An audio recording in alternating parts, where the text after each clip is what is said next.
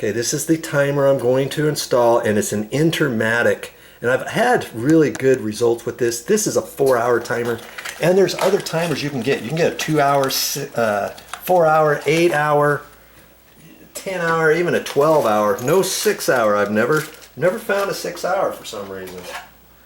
But this one is a 4-hour. It doesn't make sense to do anything more than that if you're trying to conserve energy with a vacation condo rental and having your air conditioner on more than 4 hours at a time. Okay, now this is what it looks like, and if you noticed before, let's take a look at this real quick.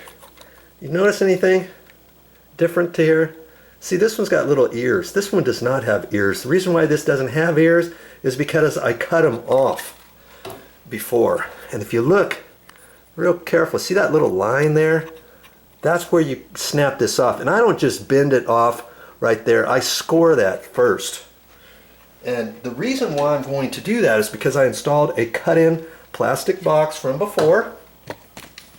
And usually on cut-in boxes, see how there's an depression there. See how it kind of dips in right there at the top and bottom.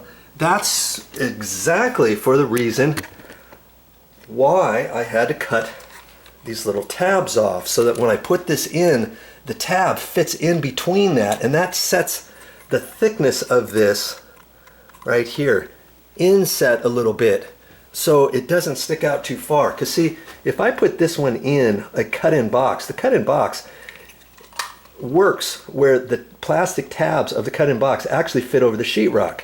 So and most electrical boxes don't do that. The sheetrock is flush with it, okay?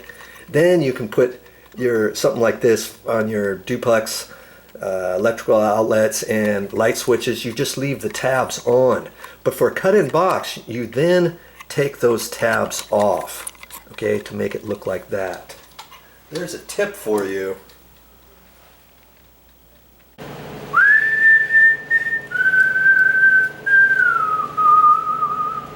Well, that's it for this time.